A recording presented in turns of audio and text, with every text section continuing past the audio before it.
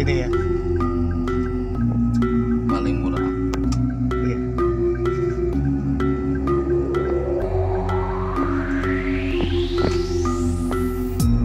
Setelah 300 meter, belok kanan ke Jalan Hasanuddin.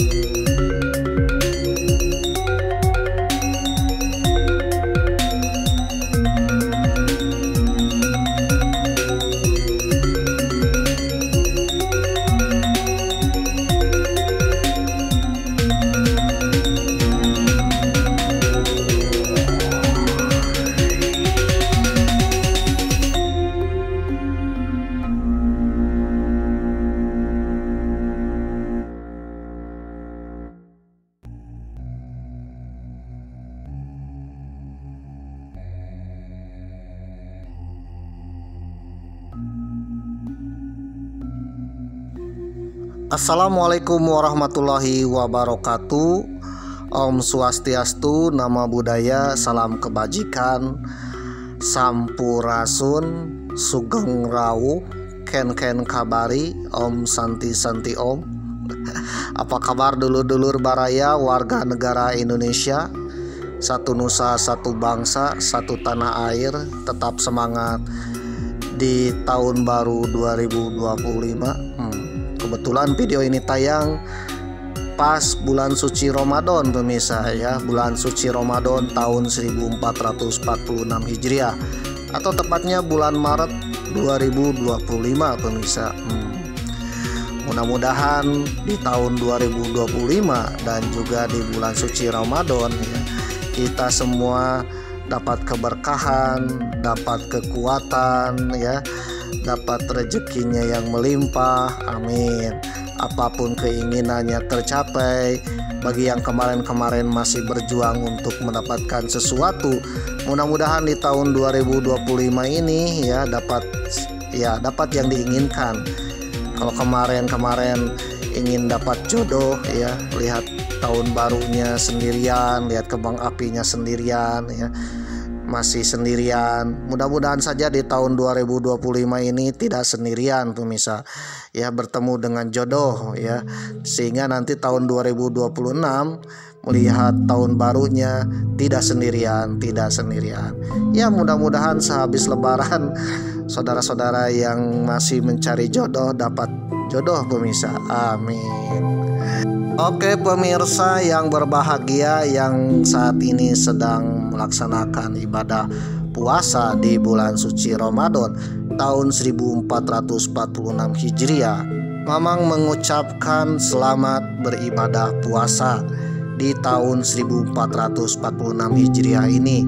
Mudah-mudahan puasa kali ini membawa berkah, membawa rezeki yang melimpah dan juga diberkati oleh Allah Subhanahu wa Ta'ala, amin.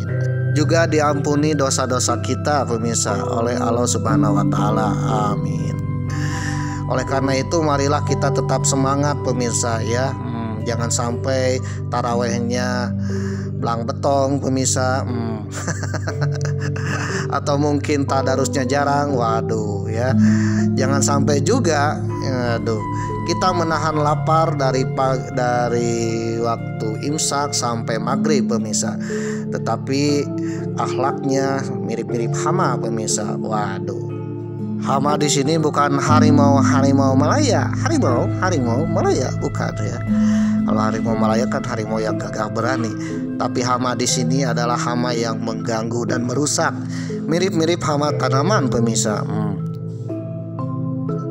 Jangan sampai lah ya, yang namanya hama kan perusak pemirsa. Seperti apakah hama? Ya salah satunya merugikan orang lain, mengganggu orang lain, atau mungkin hal-hal yang membuat pahala kita berkurang di bulan suci Ramadan pemirsa, karena mengganggu orang lain pemirsa. Waduh, apalagi sampai memagar laut pemirsa. Apalagi sampai merubah pertalit menjadi pertamak pemirsa. Waduh. Apalagi ya merubah isi kongguan menjadi ranginang pemirsa.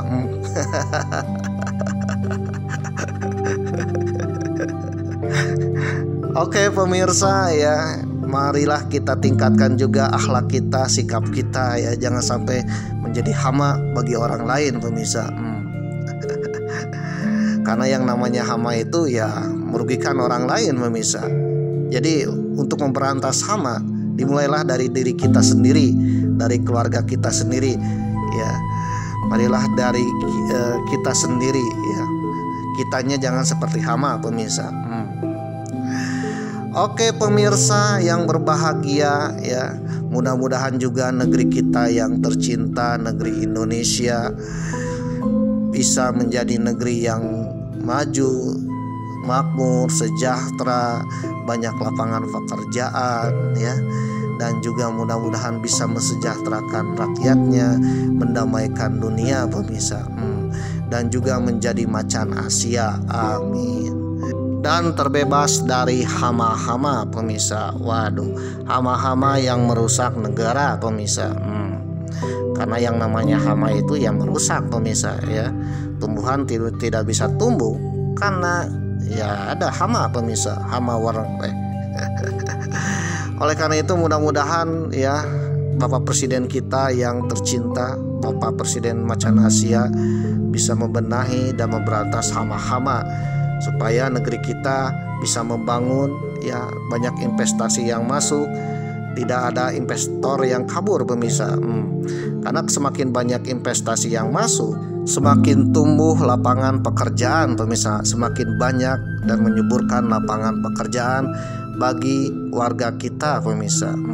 Ya, menyuburkan investasi, terbebas dari hama, maka pertumbuhan pembangunan pun ya akan lancar ya, dan juga mensejahterakan rakyat pemirsa. Selain itu dapat menambah pendapatan negara pemirsa. Waduh, kalau pendapatan negaranya sudah banyak ya, apalagi dihasilkan dari iklim investasinya yang subur dan juga memakmurkan lapangan pekerjaan, roda ekonomi berputar. Waduh, insya Allah kita akan menjadi negeri macan Asia pemirsa. Mungkin saja kita akan menjadi negeri superpower pemirsa. Waduh, mengalahkan Paman Sam ya, Paman Gober maaf.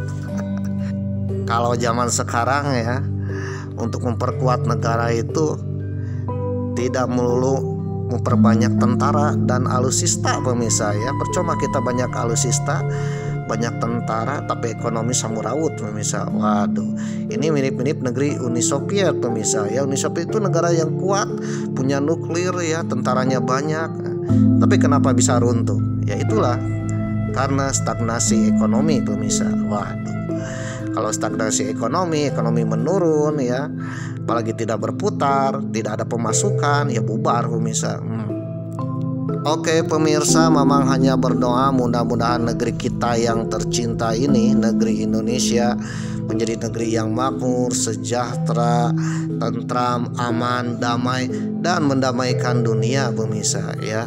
Karena emang cita-cita bangsa Indonesia, cita-cita para pahlawan dulu, mendirikan negara kita ini ya, dengan darah, keringat, air mata, perjuangan para pahlawan dulu, untuk mensejahterakan, mententramkan, dan mendamaikan, baik bagi bangsa kita sendiri maupun bagi dunia pemirsa. Jangan sampai negeri kita menjadi negeri hama ya. Waduh, negeri yang mengganggu negeri orang lain. Waduh, tapi cita-cita bangsa kita adalah membangun bangsa negara Indonesia ini untuk mendamaikan dunia, bukan untuk memperkeruh dunia pemirsa. Apalagi menjadi beban dunia pemirsa. Waduh. Oke pemirsa yang berbahagia, ubur-ubur ikan lele Mamang sudah berada di Denpasar le. Ubur-ubur ikan lele Mamang sudah sampai di Terminal Ubung le. Ubur-ubur ikan lele ya, 6 jam perjalanan le. Ubur-ubur ikan lele ini benar-benar perjalanan epic le. Waduh, ubur-ubur ikan lele, kira-kira kalau sudah di Terminal Ubung Mamang akan kemana le? Oke, para para pemirsa yang berbahagia, Mamang sudah sampai di Terminal Ubung. Ini adalah terminal di Kota Denpasar, pemirsa. Terminal Ubung ini merupakan terminal antar kota, antar provinsi, pemirsa. Terminal Ubung ini letaknya di Jalan Hos Cokro Aminoto, Kota Denpasar, pemirsa. Bagi saudara-saudara yang hendak ke Kota Denpasar, bisa menggunakan bis dari Gilimanuk, salah satunya bis Darmadi jurusan Denpasar. Semua bis dari Gilimanuk ke Denpasar itu muaranya di Terminal Ubung, pemirsa. Dan ini adalah Terminal Ubung ini merupakan terminal untuk melayani ke sepenjuru, ke berbagai penjuru Pulau Bali, pemirsa. Di Terminal Ubung ini banyak sekali kendaraan-kendaraan umum untuk melayani penumpang ke berbagai penjuru kota di Pulau Bali. Waduh, di sini ada bis, ada elep yang menuju Singaraja, ada yang menuju Karangasem, Kelungkung, ada juga angkot ya, seperti angkot namanya kalau di sini itu bemo ya. Tapi mirip-mirip angkot nih ya. Angkot, tapi angkot ini ya jurusannya ke berbagai penjuru sekitaran Kota Denpasar dan Badung, pemirsa. Ada juga yang legendaris di Terminal Ubung, yaitu Transdewata, pemirsa. Mirip-mirip busway ya kalau di Jakarta. Transdewata ini salah satu bis modern ya yang melayani ke berbagai penjuru sekitaran Kota Denpasar, Kabupaten Badung, dan juga Kabupaten Tabanan, pemirsa, dan Kabupaten Gianyar. Jadi jarak-jarak dekat lah kalau bis Transdewata. Nah, harga tiket Transdewata emang murah ya, cuman Rp5.000, jauh dekat, pemirsa.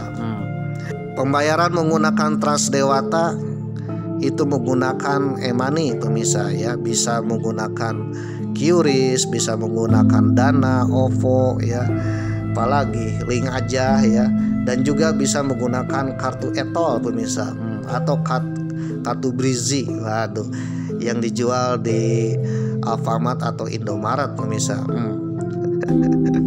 Oke, pemirsa, Mamang naik bis Darmadi dari Gilimanuk pukul 10.45 waktu Indonesia Tengah dan sampai ke Kota Denpasar, tepatnya Terminal Ubung Denpasar, pukul 15.45 waktu Indonesia Tengah.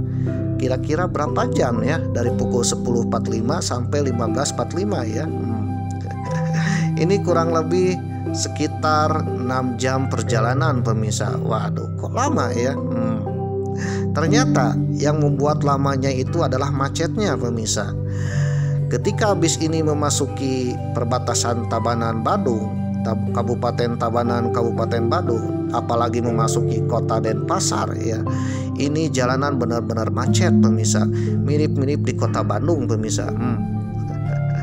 Macet sekali, pemirsa. Waduh, jadi perjalanan bis ini agak-agak melambat, bahkan terkadang ya berhenti karena ada traffic lights, pemirsa. Waduh, Mamang kira kalau di Kota Denpasar atau di wilayah Bali ya jalanannya lancar-lancar aja ya. Ternyata pulau sekecil ini banyak sekali kendaraannya, pemirsa, apalagi di Kota Denpasar. Waduh, masuk ke Kota Denpasar tak jauh beda dengan Kota Bandung, pemirsa ya. Banyak sekali kendaraan yang lalu lalang di wilayah pusatnya Provinsi Bali, pemirsa, yaitu Kota Denpasar dan wilayah Badung, pemirsa.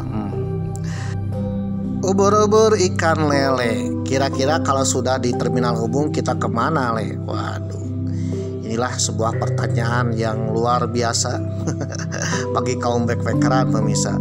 Kita sudah sampai di Bali, sudah sampai di Terminal Ubung. Karena yang namanya backpacker tanpa rencana, akhirnya sebelum melangkah Mamang rapat dinas dulu, pemirsa. Waduh ya, rapat intern. Waduh, rakor dulu, pemirsa. Kira-kira akan melangkah kemana nih ya kalau kita sudah ada di Pulau Bali, pemirsa, di pusatnya Bali ini. Apakah mau ke utara, ke selatan, ke timur, ke barat, pemirsa? Waduh, Apakah mau ke pantai, mau ke pegunungan, atau mau istirahat, atau mau kemana nih? Oleh karena itu Mamang rakor dulu ya bersama Mami sama Ray ya di Terminal Ubung. Rapat dinas dulu pemirsa. Waduh, kira-kira akan melangkah kemana nih ya arah pembangunan arah langkah kita ya. Waduh, ya bermusyawarah bertiga pemirsa. Kira-kira mau kemana nih? Karena yang namanya Provinsi Bali adalah luas pemirsa ya, bukan sebesar daun kelor tapi benar-benar luas sekali pemirsa. Nah, Mamang merencanakan ya kira-kira mau kemana nih? Mau ke Ubud, sebelah utaranya Terminal Ubung, mau ke Singaraja, mau ke Sanur, mau ke pusat kota Denpasar, mau istirahat dulu mencari hotel yang agak murah ya, atau mungkin mau ke GWK atau ke Pantai Kuta pemirsa. Waduh ya. Nah, hasil musyawarah inilah akhirnya terputuskan pergi ke suatu tempat pemirsa di Pulau Bali. Mungkin saudara penasaran kira-kira Mamang akan pergi kemana nih setelah dari Terminal Ubung? Ubur-ubur ikan lele ya, tonton sampai habis le. Waduh. Ubur-ubur ikan lele mudah-mudahan terjawab di episode kali ini le. Waduh. Oke pemirsa, akhirnya Mamang putuskan untuk pergi ke suatu tempat. Berhubung satu waktunya masih sore pemirsa.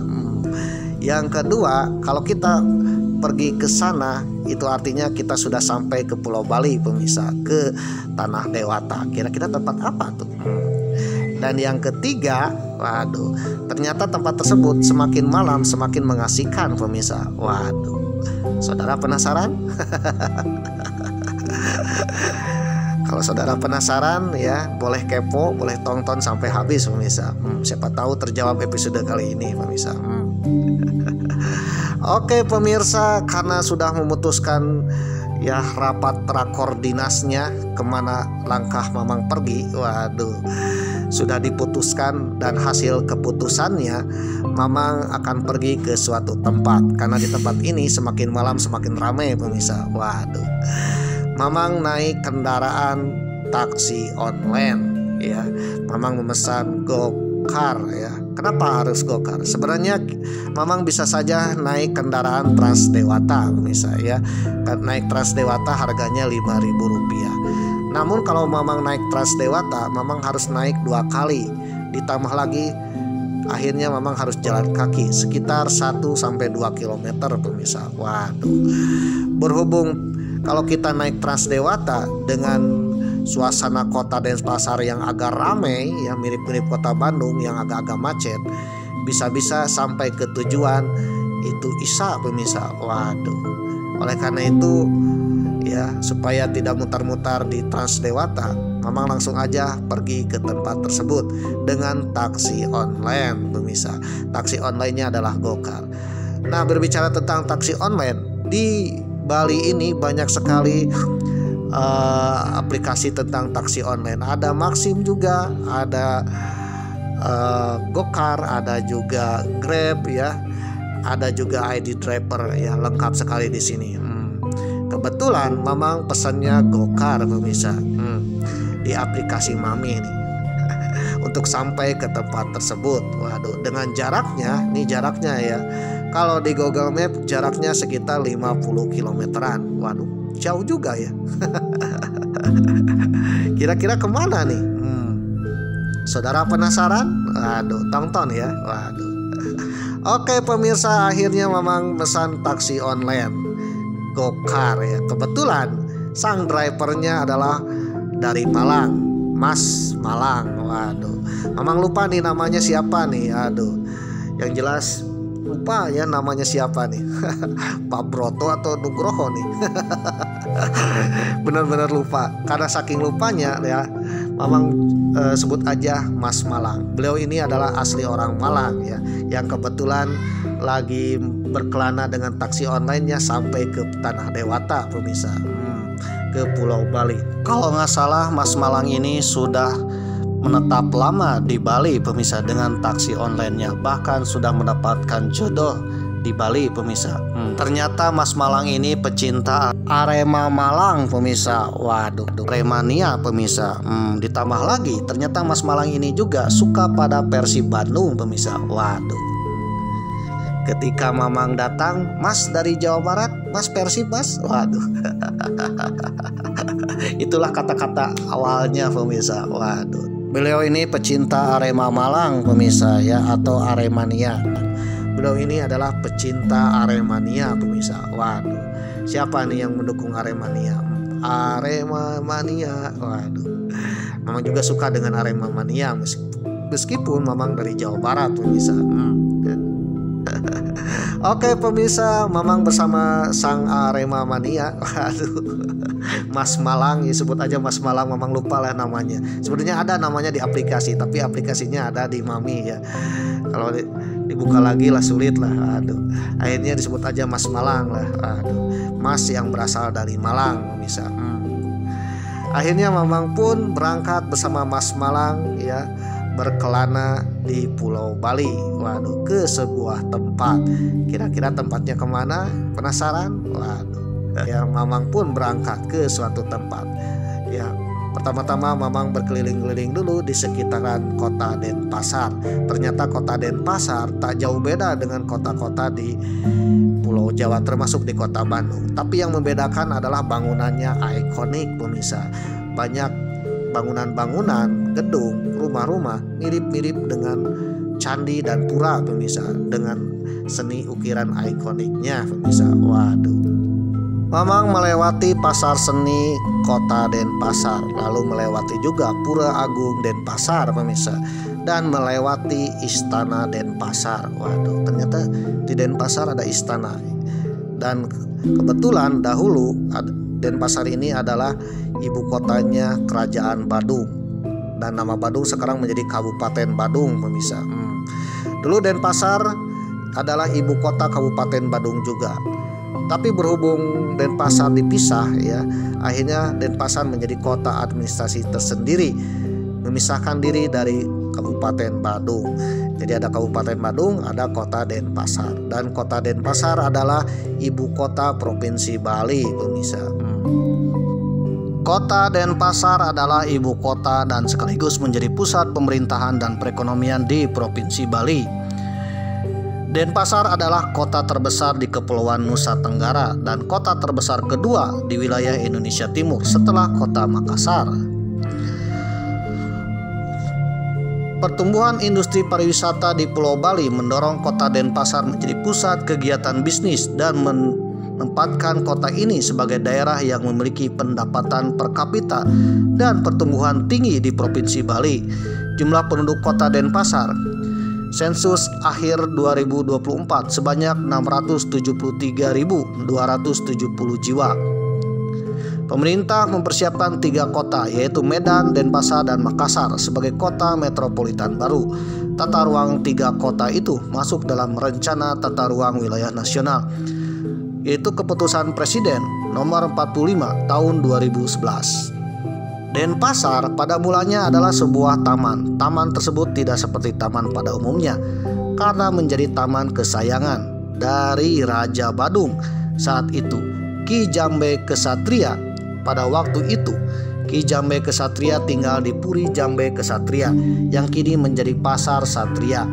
Taman ini unik karena dilengkapi dengan tempat untuk bermain adu ayam. Hobi Ki Jambe Kesatria adalah bermain adu ayam. Oleh karena itu tidak jarang sang raja mengundang raja-raja lain di Bali untuk bermain adu ayam di taman tersebut. Sebelumnya kawasan ini merupakan bagian dari Kerajaan Badung, sebuah kerajaan Hindu Majapahit yang berdiri sejak abad ke-18 sampai dengan abad ke-19.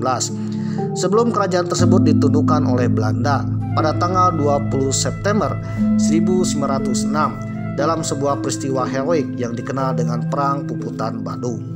Setelah kemerdekaan Indonesia berdasarkan Undang-Undang Nomor 69 Tahun 1958, Denpasar menjadi ibu kota dari pemerintahan daerah Kabupaten Badung. Selanjutnya, berdasarkan keputusan Menteri Dalam Negeri Nomor 52/2/2017 /36 strip 136 tanggal 23 Juni 1960, Denpasar juga ditetapkan sebagai ibu kota Provinsi Bali yang semula berkedudukan di Singaraja. Kemudian berdasarkan peraturan pemerintah nomor 20 tahun 1978, Denpasar resmi menjadi kota administratif Denpasar dan seiring dengan kemampuan serta potensi wilayahnya dalam menyelenggarakan otonomi daerah.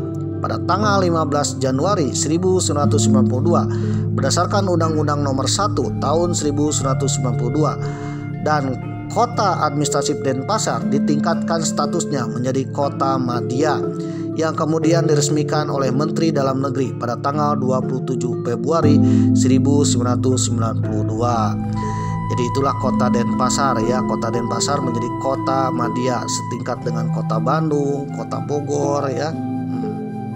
Julukan kota Denpasar adalah kota seribu pura dengan motonya Puta Dihiva Bara Wahavada, yang artinya pemerintah berkewajiban meningkatkan kemakmuran rakyatnya.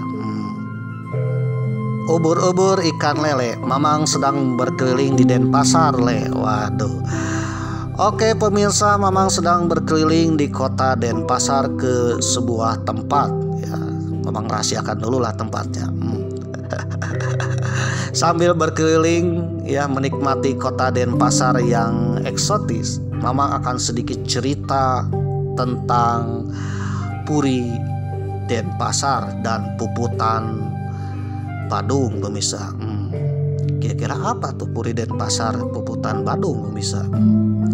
Bagi saudara-saudara yang sudah tahu, mungkin membosankan untuk melihat channel Mamang, video Mamang ya, daripada batal puasanya, berkurang amal ibadah puasanya, lebih baik skip aja pemirsa.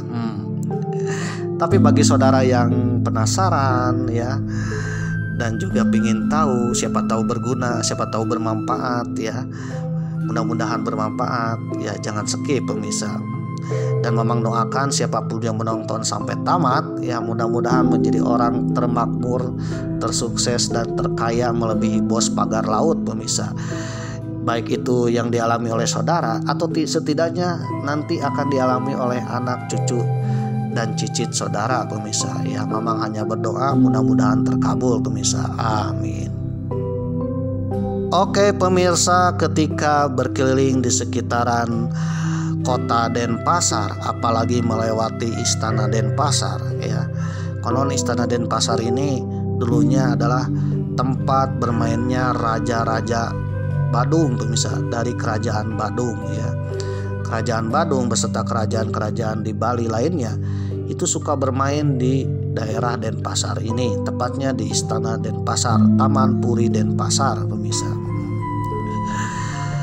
Nah, Taman Puri Denpasar inilah yang menjadi cikal bakal pusatnya ibu kota Provinsi Bali pemirsa. Dan Taman Puri Denpasar inilah yang menyebabkan Belanda ingin menguasai Bali Selatan. Jadi ceritanya Belanda ini sudah menguasai Bali Utara. Bali Utara itu antara lain menguasai Kerajaan Buleleng, ya, Kerajaan Karangasem, Kerajaan Buleleng dan Kerajaan Karangasem. Memang sudah bahas dalam peristiwa Puputan Jagaraga pemirsa, di mana ada I Gusti Ketut Jelati, seorang pahlawan yang mempertahankan Bali Utara. Setelah menguasai Bali Utara, ternyata Bali Selatan sampai abad ke-20 sampai tahun 1908 itu masih merdeka pemirsa. Karena masih merdeka dan belum dikuasai oleh Belanda, maka aturan-aturan di Bali Selatan pun masih menggunakan aturan tradisional kerajaan-kerajaan. Salah satu aturan yang bikin gusar Belanda adalah masih menerapkannya hak tawan karang pemirsa. Waduh, yaitu apabila ada kapal yang terdampar di salah satu pantai di Kerajaan Badung, maka kapal tersebut milik Kerajaan Badung beserta dengan awak kapal dan isi-isinya pemirsa.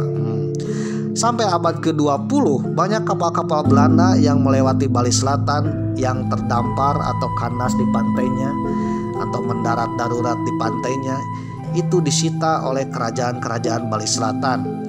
Kerajaan Bali Selatan yang masih merdeka itu diantaranya Kerajaan Tabanan, Kerajaan Badung, Kerajaan Gianyar, ya, Kerajaan Kelungkung, itu masih merasa bukan bagian dari Belanda, pemirsa. Ditambah lagi kerajaan-kerajaan tersebut sangat kaya raya, pemirsa. Ditambah lagi konon katanya ada taman yang indah yang dikenal dengan Puri Denpasar.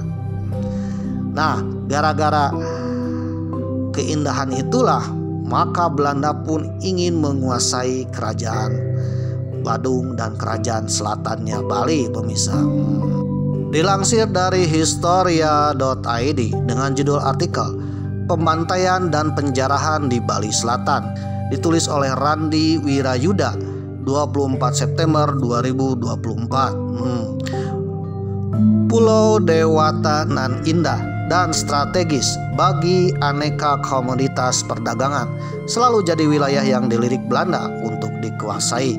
Sejarawan dan pakar studi Asia Tenggara asal Amerika Serikat Willard Anderson Hanna menyatakan sejak pertengahan abad ke-19 wilayah-wilayah di Bali Utara memang sudah tunduk, tapi tidak bagi kerajaan-kerajaan di Bali Selatan. Kalau kerajaan Bali Utara itu sudah tunduk kepada Belanda, tetapi kerajaan-kerajaan di Bali Selatan termasuk kerajaan Badung tidak tunduk kepada Belanda dan masih merasakan kemerdekaan. Kerajaan-kerajaan di Bali Utara, baik Jembrana, Buleleng maupun Karangasem pada permulaan abad ke-20 sudah berada di bawah kendali Belanda, sementara kerajaan Kelungkung, Tabanan, dan Badung yang berpusat di Denpasar masih merdeka. Kenyataan itu dijadikan alasan pemerintah Hindia Belanda untuk menggelar ekspedisi militer yang baru terjadi pada tanggal 27 Mei 1904.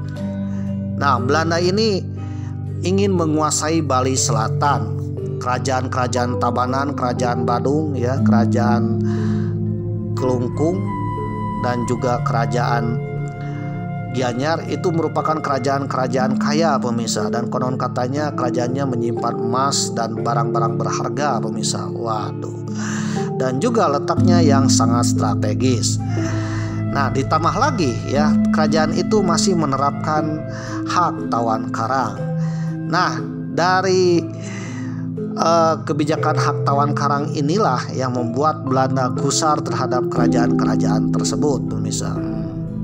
Kenyataan itu dijadikan alasan pemerintah Hindia Belanda untuk menggelar ekspedisi militer atau pengiriman pasukan ke Bali Selatan yang baru terjadi pada tanggal 27 Mei 1904. Belanda mengumpankan sebuah kapal dagang Cina yang berbendera Belanda, pemirsa. Kapal dagang Cina berbendera Belanda ini bernama kapal dagang Sri Kumala.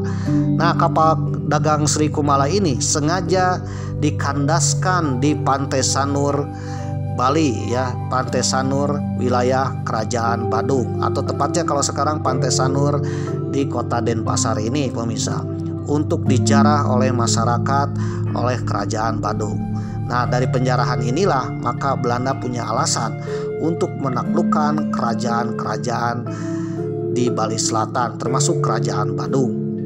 Pada tanggal 27 Mei 1904, kapal dagang Sri Kumala berbendera Belanda, Hindia Belanda, yang berlayar dari Banjarmasin karam setelah menabrak terumbu karang di pesisir perbatasan Badung Gianyar dan dijarah oleh penduduk sekitar berdasarkan hak tawan karang yang diizinkan oleh para penguasa Bali saat itu.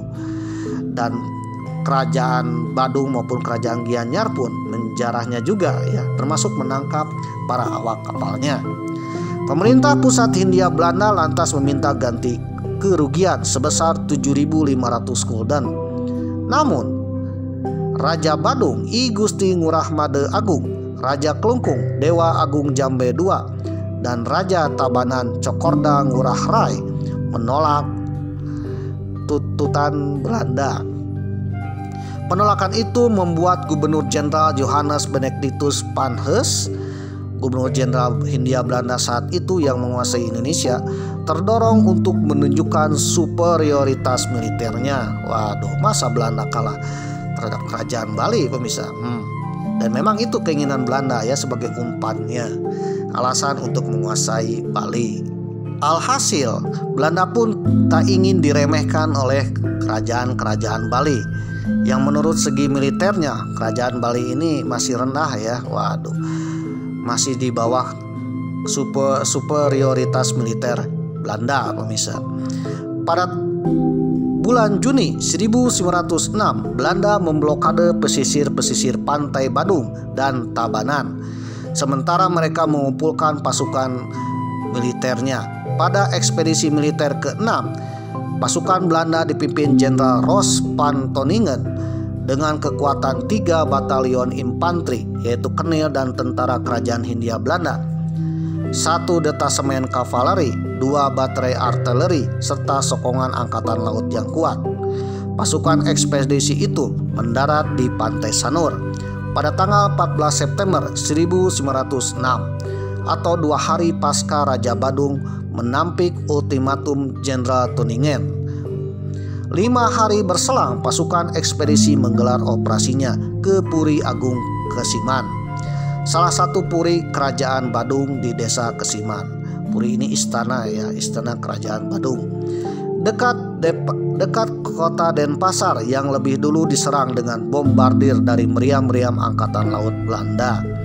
Tembakan meriam sebanyak 200 kali dilepaskan ke arah kota Denpasar, dan bersamaan dengan itu pasukan Belanda menduduki Puri Kesiman.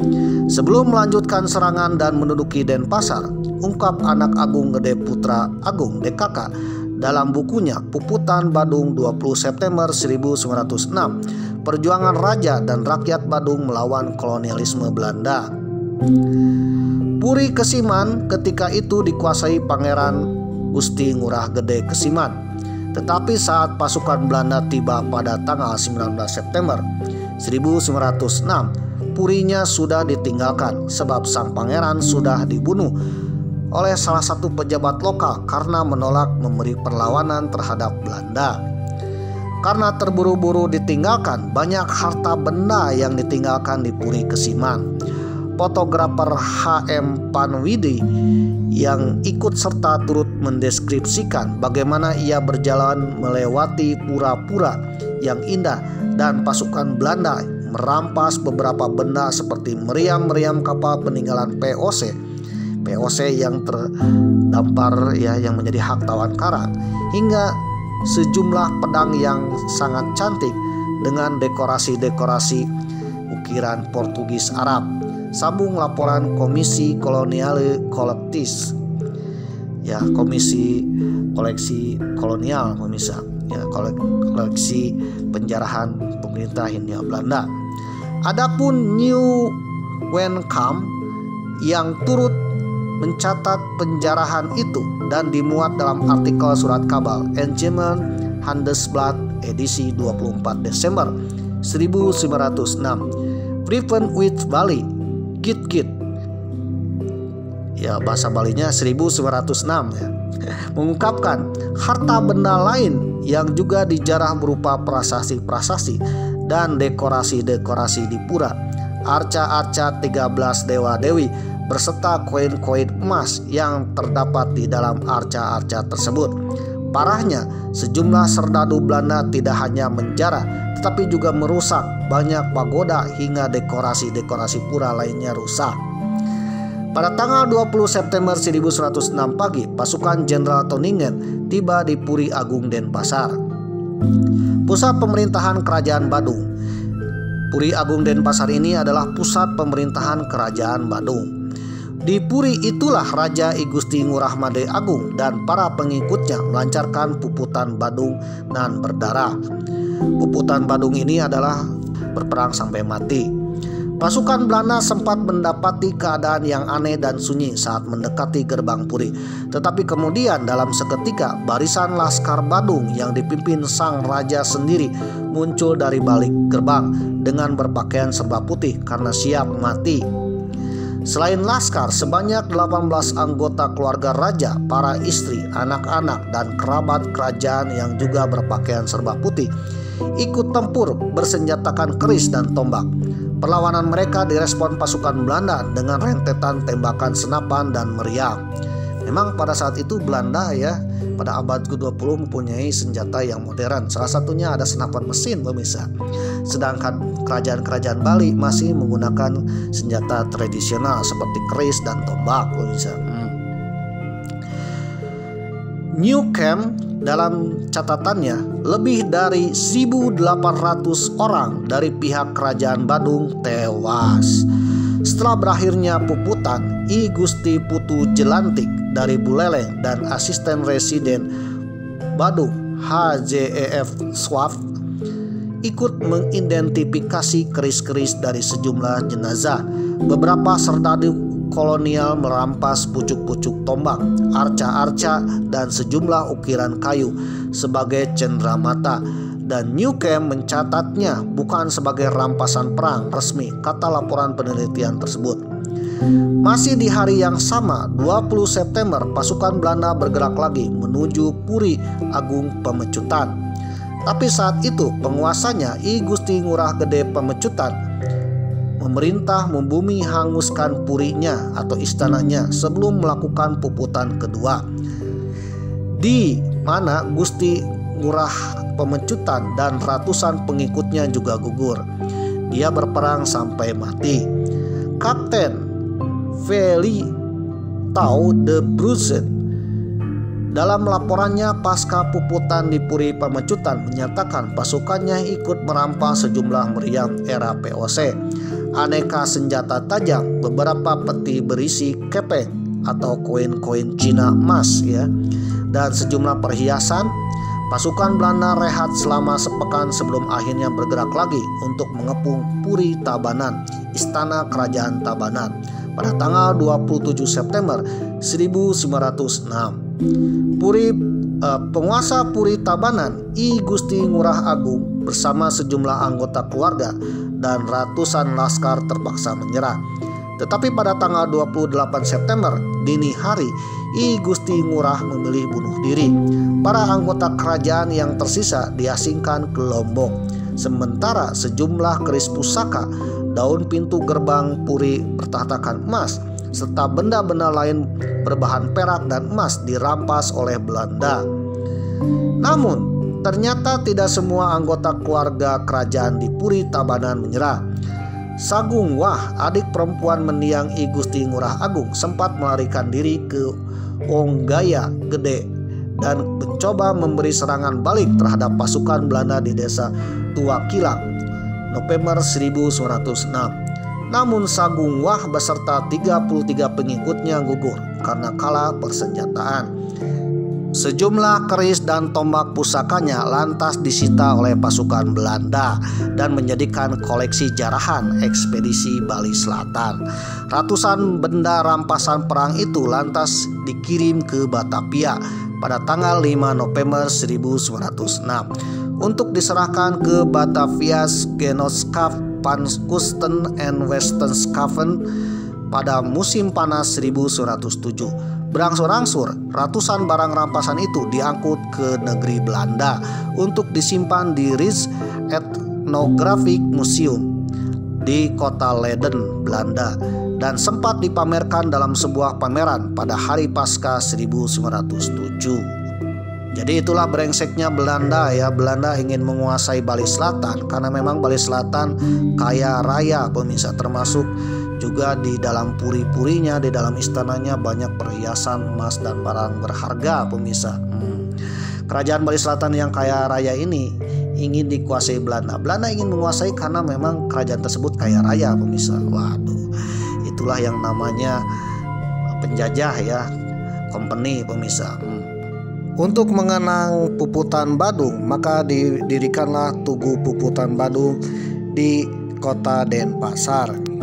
Dilansir dari historia.id dengan judul artikel Ketika Belanda Mendirikan Denpasar, ditulis oleh M. Pasil Pamungkas edisi 29 Januari 2021. Setelah menaklukkan Bali, pemerintah kolonial Belanda mengubah kota kerajaan, ibu kota kerajaan Badung itu, kota Denpasar, menjadi kota modern dengan berbagai infrastruktur yang menunjang kepentingan mereka. Upaya rakyat Bali mengusir kekuatan kolonial Belanda dari wilayahnya berakhir sudah. Pada tanggal 20 September 1906, rakyat memutuskan mengakhiri perlawanan. Kerusakan yang semakin meluas serta gugurnya seluruh kerajaan istana membuat mereka terpaksa meletakkan senjata. Belanda pun keluar sebagai pemenang puputan Badung. Pasca perang, pemerintah kolonial segera membangun kontrol atas wilayah barat dan selatan Bali, termasuk juga yang menyita semua harta kekayaan kerajaan-kerajaan di Bali Selatan ini. Pemerintah Belanda pun mendirikan lapangan politik, ekonomi, sosial maupun budaya dalam menjalankan kontrol pemerintahan kolonial, mendirikan pemerintahan sementara di bekas wilayah kerajaan Badung, tepatnya di kota Denpasar ini. Mereka lalu memilih Puri Denpasar sebagai pusat pemerintahan sementara. Menurut Made Sutaba dalam bukunya Sejarah Perlawanan Terhadap Imperialisme dan Kolonialisme di Daerah Bali, Puri itu juga menjadi pertahanan terkuat Belanda di Bali. Asisten Residen Swat yang membawahi wilayah Afdeling Zuid Bali ditugasi menjaga tempat itu. Nama Denpasar cepat dikenal kalangan Belanda, terutama tentara yang ikut dalam pertempuran. Tidak hanya sebagai pusat pemerintah kolonial, tapi juga digunakan untuk menyebut wilayah bekas kerajaan Badung. Lama-kelamaan Denpasar dikenal luas sebagai nama sebuah kota, menggantikan Badung. Dijelaskan oleh A.A. Gede Putra Agung dalam bukunya Sejarah Kota Denpasar 1945-1979. Berdasarkan laporan resmi seorang peneliti Belanda, Van Gens, pada akhir 1106 diketahui bahwa Denpasar adalah sebuah kota yang terdiri dari rumah-rumah penduduk dengan keadaan jalan yang kurang menunjang. Laporan itu merupakan keterangan pertama Denpasar sebagai nama sebuah kota. Dengan kenyataan ini, nama Denpasar sebagai sebuah nama kota lahir pada tanggal 24 November 1906. Dan justru orang Belanda lah yang memberikan julukan kepada tempat puputan ini dengan nama Denpasar, menurut Gede Putra Agung DKK. Pemerintah Belanda membagi wilayah bekas kekuasaan Badung ke dalam 5 kedistrikan. Yang pertama, distrik kota Denpasar. Yang kedua, distrik Kesiman. Ketiga, distrik Kuta. Keempat, distrik Abian Sema. Dan kelima, distrik Ngongwi. Hal itu dilakukan demi mempermudah pengaturan di tempat tersebut. Distrik kota menjadi pusat pemerintahan dengan berbagai aktivitas sosial, politik, dan ekonomi. Pemerintahan Denpasar juga mengurusi wilayah yang cukup luas di selatan Bali, meliputi Badung, Tabanan, Gianyar, Klungkung, dan Karangasem. Mengingat peran penting tersebut, pemerintah Belanda melakukan banyak pembenahan di seluruh wilayah Denpasar. Pembangunan jalan, gedung-gedung pemerintahan, serta pusat perekonomian dikerjakan dalam kurun waktu yang singkat. Itu dilakukan agar kegiatan para kolonialisme Belanda di Denpasar dapat cepat berjalan. Tidak hanya pembangunan di bidang formal, menurut Nimade Yudantini dalam bukunya Sejarah dan Perkembangan Kota Denpasar sebagai kota budaya, pemerintah Belanda juga mendirikan permukiman, sekolah, pasar, dan museum. Infrastruktur jalan dan jembatan yang menghubungkan banyak tempat mulai dibangun.